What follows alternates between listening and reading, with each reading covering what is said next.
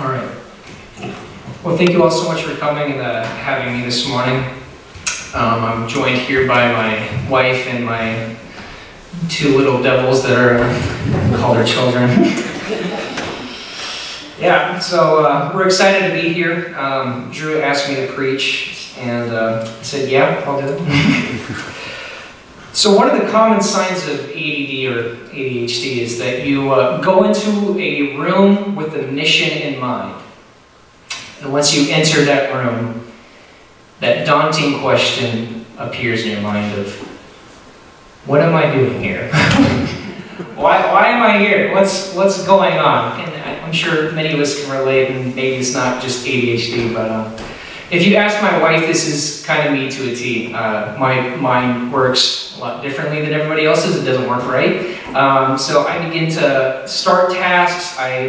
She'll ask me, hey Sam, take out the garbage. So I'm gone for about an hour and a half, and she hears pans banging around. She hears the car starting and all this kind of stuff. And I walk back in, and she's like, what are you doing? It's like, oh, the garbage! And then I run back out, and then it's another hour and a half, and then, and that whole thing. It's funny because my wife and I have this ongoing conversation. I was the one that was born with ADHD, but she's the one that developed it. So my wife took the passage, the two shall become one flesh, way too seriously, so it's not very helpful for us.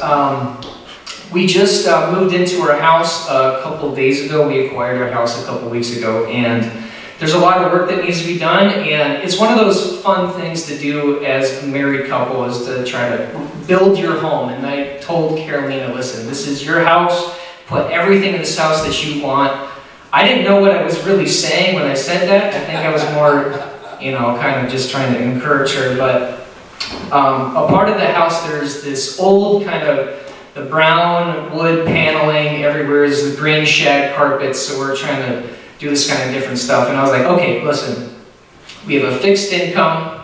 I don't want to make more work than we have to. So I was like, listen, we're just going to try to paint the paneling and see what happens. And so we're starting to paint it. She's like, I don't think I like it. I was like, okay, don't do anything rash. I'm going to go in this other room and do it. And I hear this just sound of, oh no.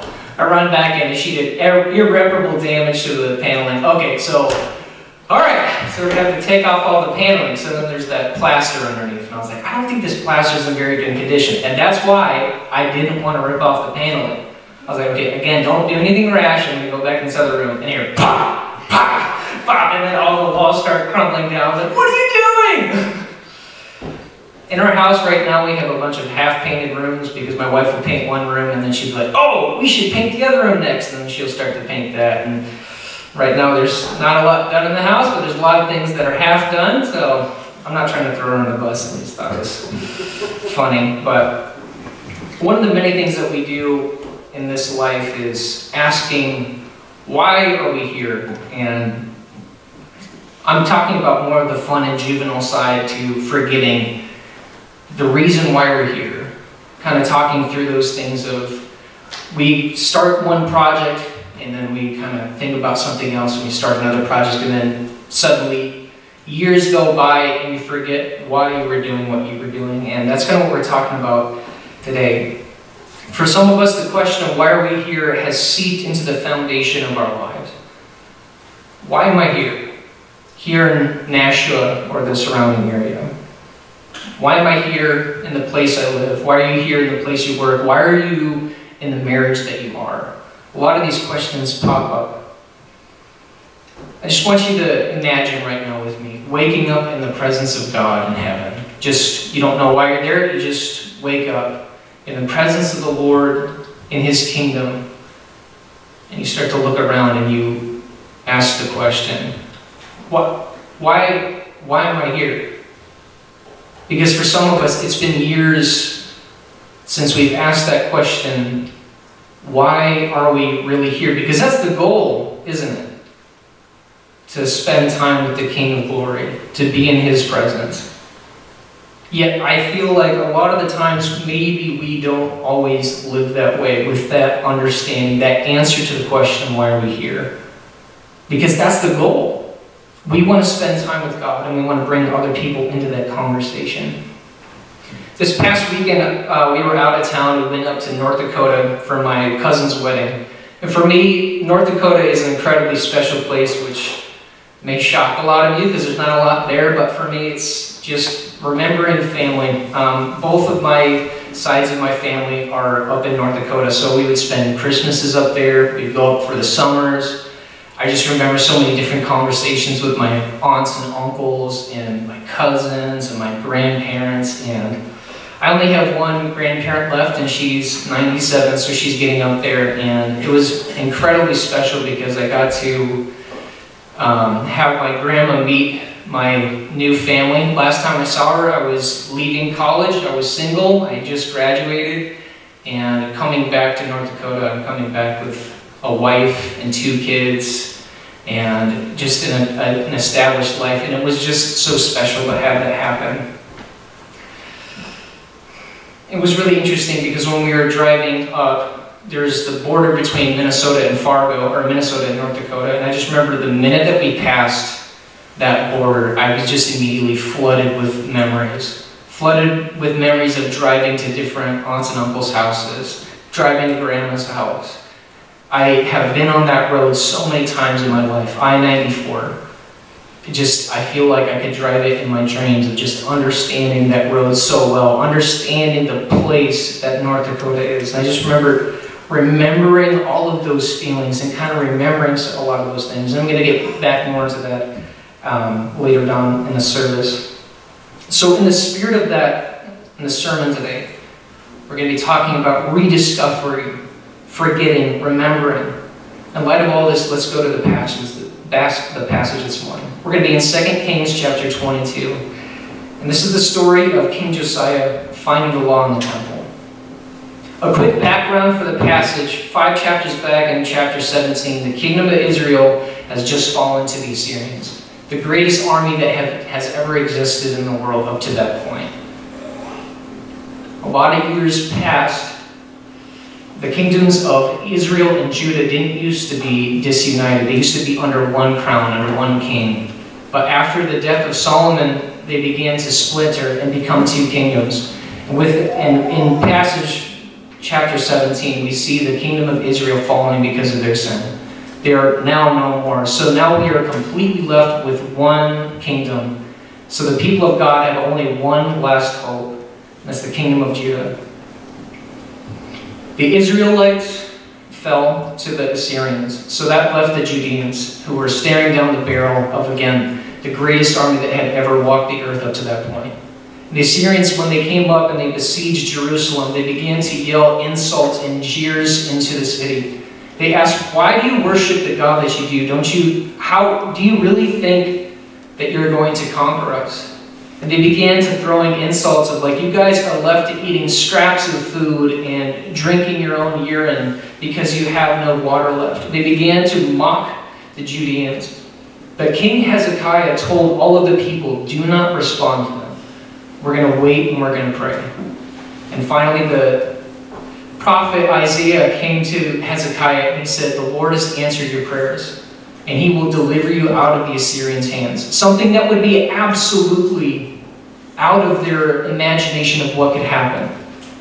So Isaiah said the commander of the army is going to be called away by the king, and then once he is called away, he is going to be killed. So you don't have to worry about them anymore, because this commander has insulted my name, and this is coming from God, saying, "Nobody insults my name, walks into my house, and tells me who I am." And that's exactly what happened. The commander of the army gets pulled away. The king has decided to fight somewhere else in some other theater. So they completely pull out their entire Assyrian army. And so the Judeans are saved. Later on in the story, we again see that commander who was killed by his own sons to take over the command of their army. So this is an insane, incredible miracle that has happened. And Hezekiah prays to the Lord. He thanks God for what happened because he was righteous in his eyes. But then King Hezekiah died. And he had a son named Manasseh. And we're in 2 Kings chapter 21 here. Manasseh was not like his king Hezekiah. He was completely the opposite. He was a hedonist. He was a man who loved pleasure. He was a man who loved violence, and kind of synoptic what Manasseh's rule looked like. Under Manasseh, the nation of Judah, the last nation of God on the earth, completely turned back to the pagan gods of their neighbors. Manasseh erected altars to Baal, made Asherah poles, erected altars to worship the starry host. In verse 16, it says that he killed so many people that you could line their bodies up from one end of Jerusalem to the other, and he filled it with blood. And as far as I can tell, King Manasseh was the only king ever to put these altars into the temple of God. All the other kings that would erect temples and erect altars to these other gods had a little bit of decency to not put it in a temple.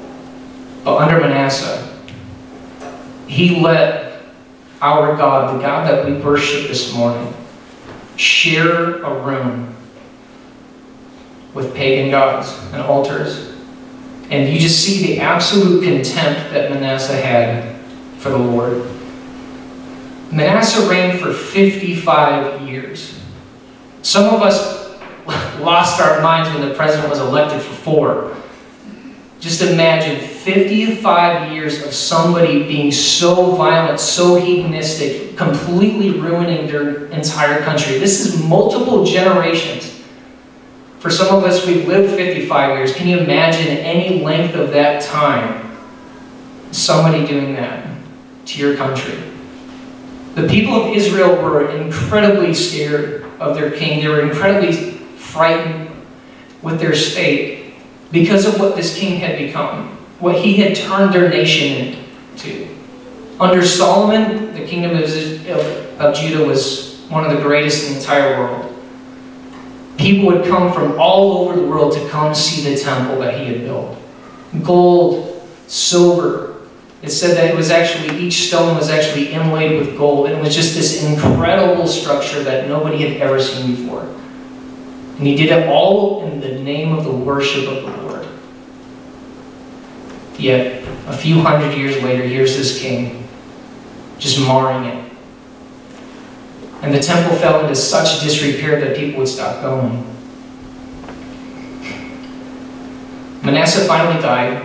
That was a good thing. Except his son, Ammon, was pretty much the exact same. And the people of Israel were so upset and they were so disgruntled with the way that their country was going that they found in little King Josiah, who was 8 years old, they said maybe he's going to be a better fit for a king, so they actually assassinated his father so that they could put him on the throne. And so an 8-year-old in the throne, for a lot of reasons, is kind of a good setup because everybody else that wants the new direction for the kingdom has a chance to kind of mold this child to become the person that they want him to be. And Josiah, thankfully, was a man who was after God's heart. It said that he took after his father David.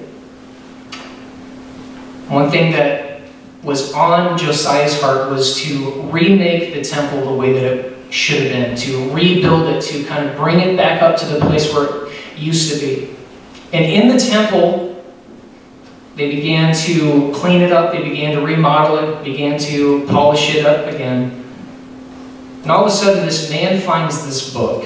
And he thinks it's the book of the law back from the Old Testament. He's like, okay, I'm going to go take it to the king. So he shows it to the king's secretary and reads it to him. He's like, okay, this is interesting. The secretary had no idea what this book was. So he read it aloud to King Josiah. When Josiah began to hear the words, his heart broke. And he began to weep, and he ripped his clothes, and he began to worship the Lord. It had been over 70, or it had been over 60 years that these people had even heard the words that were their foundation for their nation. The words of the law were the things that set them apart from every other people. This was the answer for them. Why are we here? The law, the book of the law, was who they were as people. Why they worshipped the way that they did. The customs that they had, the things that they wore. the way that they spoke, all came from this book, and they had lost it for about 60 years. For them, their religion that they had been living out had just become basically just a veneer, a thing that you do. They had lost all meaning of it because they hadn't had the book of the law for so long. So Josiah decided he was going to turn back the clock and make his nation great again. And so he preached the book of the law out. He read it aloud for everyone to hear. And the people, like their king, wept. Kind of this rediscovery of who they truly were in their heart, who they truly were, kind of in a kind of way lesser degree. It's almost like opening up some of your old picture books, seeing the people who you used to be, kind of seeing your pictures of you in your old style clothes, some of us had a full head of hair, all that kind of stuff. Kind of rediscovering who we were. Actually, it's funny because Drew showed me a couple of pictures of himself, and he had quite the hair in a very good way. I do mean that in a very good way. He was incredibly handsome. You still are. I should probably stop. Okay. So anyway, it's just kind of that, but you understand what I'm trying to say, kind of rediscovering who you used to be. For some of us, you started your career so long ago that you can't even remember why you started. And for some of us, we don't ask the questions, and we don't remember the answers of why we're here. Kind of in the light of that, I had a similar experience when I went back to North Dakota. Like I said, North Dakota is an incredibly special place for me. It was kind of the place I grew up. I was born and I was raised in Cedar Rapids, Iowa, but we went back to North Dakota so much that it became a second home. And when it was time for me to choose a college, I chose to go up to a small Bible college up in North Dakota. And on our way back, I decided to kind of add an hour and a half to our trip so that I could show my wife where I went to school. And it was supposed to be just kind of this fun, oh, let's just go see. I wanted her to show her everything, but when we got into town, it was like I was transported back in time. And when we started to drive around the campus, I was showing her all the different places that I had done things. I would tell kind of short stories of where I was at that moment when I was at that place. And I just remember the last time I was there, just had a very similar experience because I went for a friend's wedding. But it was interesting because it was supposed to be just a kind of showing her kind of an old museum, but instead I was kind of transported back into this museum of memory, kind of reliving some of these moments. And this is the place where I found my call to ministry, where I truly understood what my purpose in life was. I remember driving by the football field where I used to go back and I would pray for hours and hours and hours. Curfew was at 12 or 12:30 or something like that, and I would stay up till 11:50. Out on the football field by myself, just worshiping the Lord, just getting away from everybody, and just reliving some of those moments that I've had with God. And if you're a Christian in this room, you've experienced the same things. And so the message for you this morning is to remember. I've never forgotten the things that God has done for me, but I rarely remember them. Because remembering and forgetting are different. Forgetting is passive. It just happens. You don't plan on forgetting something, it just happens. It's passive. But remembering is active. You have to remember. It's an action of trying to remember, regurgitating those things, bringing those things back in to your mind. So it's easy to forget, and it's harder to remember. So what I'm calling for you today is to remember. Why are you here? All of you know the answer. You just maybe haven't remembered in a while. The passage that we read this morning that Abby read for us, I'm going to read again. I'm going to read the whole chapter, and I didn't pick it willy-nilly.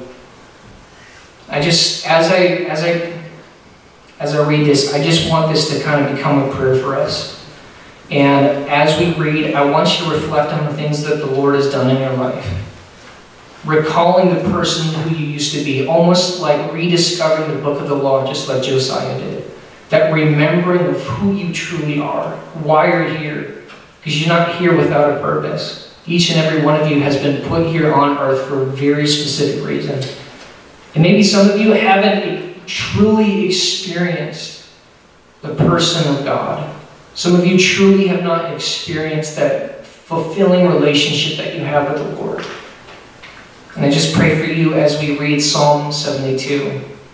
I just pray that this would just be seeping in your soul, and that the Lord would speak to you, and that you would reach back out, and that you would remember. So as I read this, I want us all to close our eyes and just reach out to the Lord in a way that maybe we haven't done in a long time, or maybe ever have. Psalm 72. I cried out to God for help. I cried out to God to hear me. When I was in distress, I sought the Lord. At night, I stretched out my untiring hands, and I would not be comforted. I remembered you, God, and I groaned. I meditated, and my spirit grew faint. You kept my eyes from closing. I was too troubled to speak. I thought about the former days, the years of long ago. I remembered my songs in the night. My heart meditated, and my spirit asked the question, will the Lord reject me forever? Will he never show us his favor again? Has his unfailing love vanished forever? Has his promise failed me for all time? Has God forgotten to be merciful? Has he in anger withheld his compassion?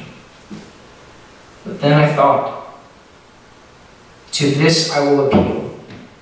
The years when the Most High stretched out his right hand, I will remember the deeds of the Lord. Yes, I will remember your miracles from long ago. I will consider all of your works and meditate on all of your mighty deeds. Your ways, God, are holy. What God is as great as our God? You are the God who performs miracles. You display your power among the peoples. With your mighty arm you redeem your people, the descendants of Jacob and Joseph. The waters saw you, God. The waters saw you and writhed. The very depths were convulsed. The clouds poured out water. The heavens resounded with thunder. Your arrows flashed back and forth. Your thunder was heard in the whirlwind. Your lightning lit up the world. The earth trembled and quaked. Your path led through the sea, your way through the mighty waters.